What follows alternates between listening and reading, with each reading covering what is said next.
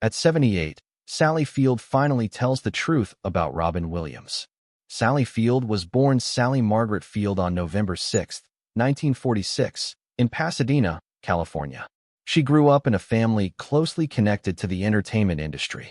Her mother, Margaret Field, was an actress, while her stepfather, Jock Mahoney, was also a well-known actor and stuntman.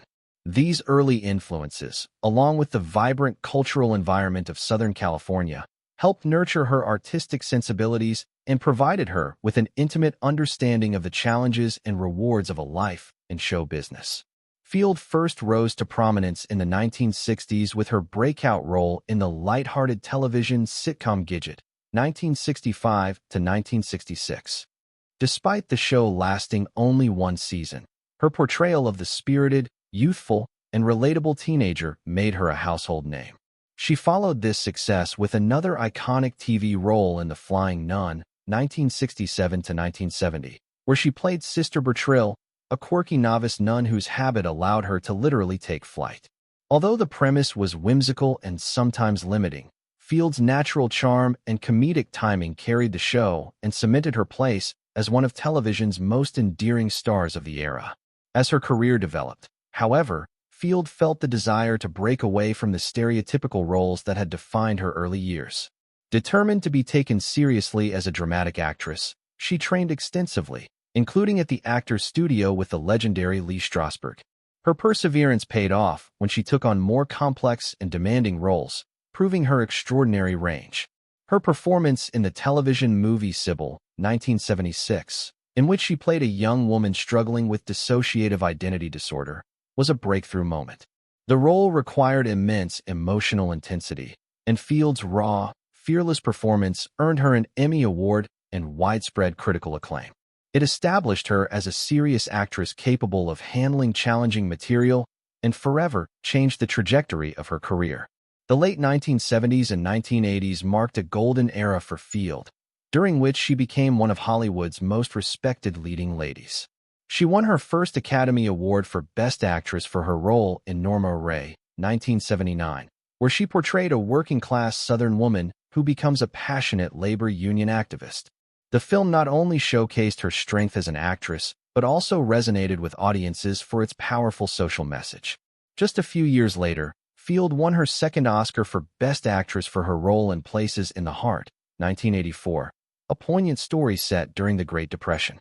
Her acceptance speech for the award included the now-famous line, "You like me right now, you like me," a moment that has since become one of the most memorable in Academy Awards history. Throughout the decades, Field continued to balance her career between film, television, and stage, proving her adaptability and commitment to her craft. She appeared in a wide range of films including Smokey and the Bandit, 1977, Steel Magnolias, 1989, Mrs. Doubtfire, 1993, and Forrest Gump, 1994, each time leaving a lasting impression on audiences with her ability to bring warmth, relatability, and depth to her characters. On television, she continued to shine with roles in series such as Brothers and Sisters, 2006 to 2011, earning her another Emmy Award. She also proved herself on the Broadway stage, starring in productions such as The Glass Menagerie, where critics praised her theatrical presence. Her later career has been equally impressive.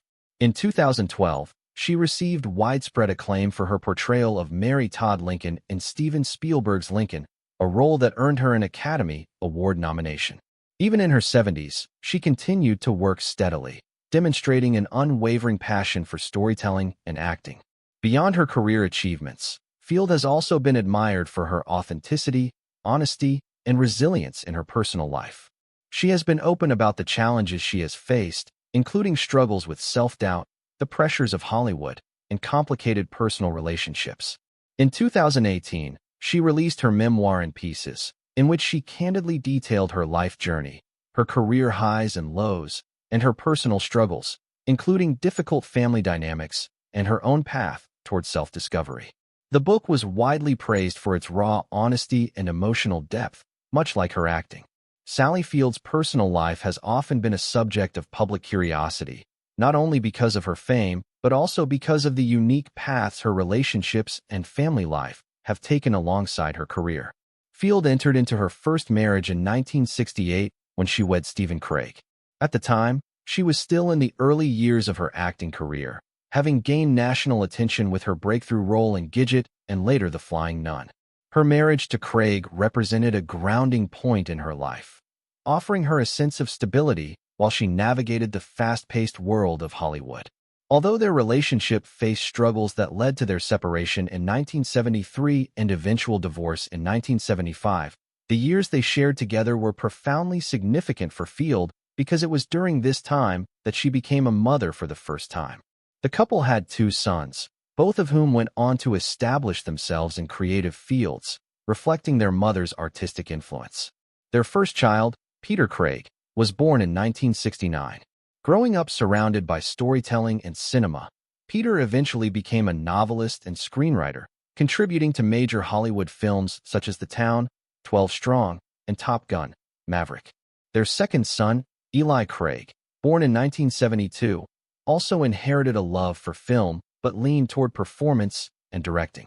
He later became known for his work as both an actor and filmmaker, directing the cult favorite horror comedy Tucker and Dale vs. Evil. For Field, motherhood was always a defining part of her identity, and she often balanced the demands of Hollywood with her devotion to raising Peter and Eli, making sure her children had as normal an upbringing as possible despite the spotlight. After her marriage to Craig ended, Field's personal life took another turn when she entered into a high-profile relationship with actor Burt Reynolds in 1976. Their romance quickly captured the public's imagination because they were one of Hollywood's most glamorous couples of the late 1970s and early 1980s. Field and Reynolds were not only romantically involved but also professional collaborators, co-starring in 4 films together: Smokey and the Bandit, 1977, its sequel Smokey and the Bandit 2, 1980, the dark comedy The End, 1978, and the action comedy Hooper, 1978. Their on-screen chemistry mirrored their real-life passion, making them one of the most talked-about duos in both cinema and the tabloids. However, like many Hollywood relationships, theirs was complicated. Although they cared deeply for each other, their differing personalities and the pressures of fame created tension. After 4 years together, the couple officially broke up in 1980, though they continued an on-and-off relationship until 1982 when they finally ended things permanently. Reynolds later spoke openly about his enduring love for Field, often calling her the one that got away. In 1984, Field married her second husband, film producer Alan Greisman, marking a new chapter in her life. Together they welcomed a son, Samuel "Sam" Greisman, born in 1987. Unlike his older half-brothers, Sam pursued a path largely outside the Hollywood spotlight, though he has explored writing and directing. Field has often spoken proudly of Sam and has been publicly supportive of him, particularly when he came out as gay.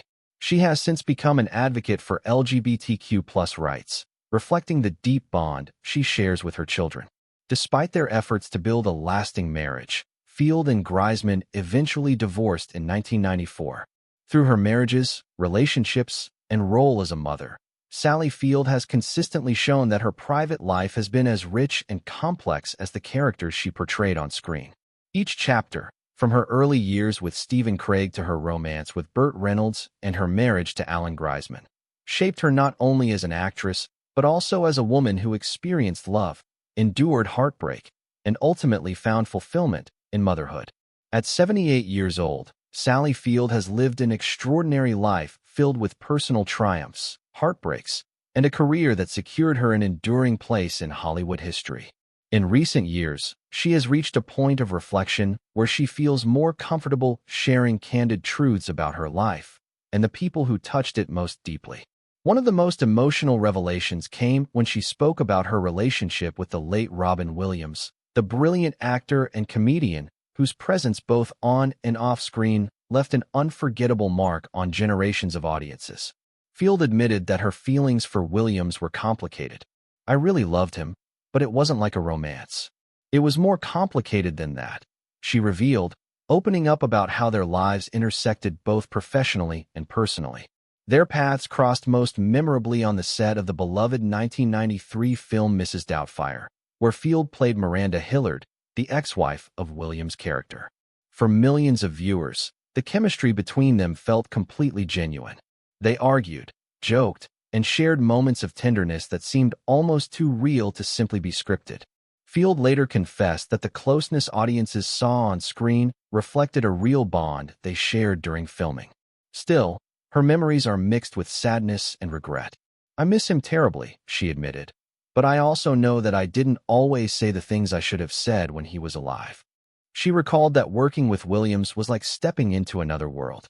His mind moved at lightning speed, constantly overflowing with jokes, ideas, and bursts of energy that could leave everyone around him breathless. "Robin was exhausting in the best way," she said. "He would make you laugh until your stomach hurt, and then just when you thought he couldn't surprise you anymore, he would say something so sensitive and tender that it would break your heart."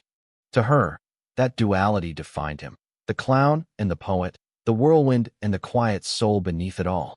Yet Field admitted she always sensed an undercurrent of pain in Williams, something she instinctively wanted to protect him from. "I could see the sadness even when he was making everyone laugh," she explained. "He wore it like a shadow that never quite left him." Looking back now, she sometimes wonders if he truly understood how loved he was by the people closest to him. Her reflections are not only filled with grief, but also gratitude. "I'm so lucky that I got to know him the way I did," she said. "He wasn't just a genius. He was a deeply human soul." Now, at this stage in her life, Sally Field says she no longer wants to hold back. By sharing these truths about Robin Williams, she hopes to honor the memory of a friend she deeply admired, while also reminding others about the importance of expressing love and appreciation before it is too late. In her memoir, Field also revealed another deeply personal chapter of her life. During her late teenage years, she struggled with severe depression, a heavy emotional burden that affected nearly every aspect of her life. It was not simply sadness, but an overwhelming feeling of incompleteness and anxiety, accompanied by a relentless urge to discover who she truly was. She described it as this urgency, this anxiety, this need to find something that was festering in me. For Field, these emotions created a constant sense that something important was waiting to emerge inside her, though she had no clear path to follow and no certainty she would ever find it. Those early struggles, however, would eventually become part of the emotional depth that defined her performances and shaped the remarkable life and career she continues to reflect on today.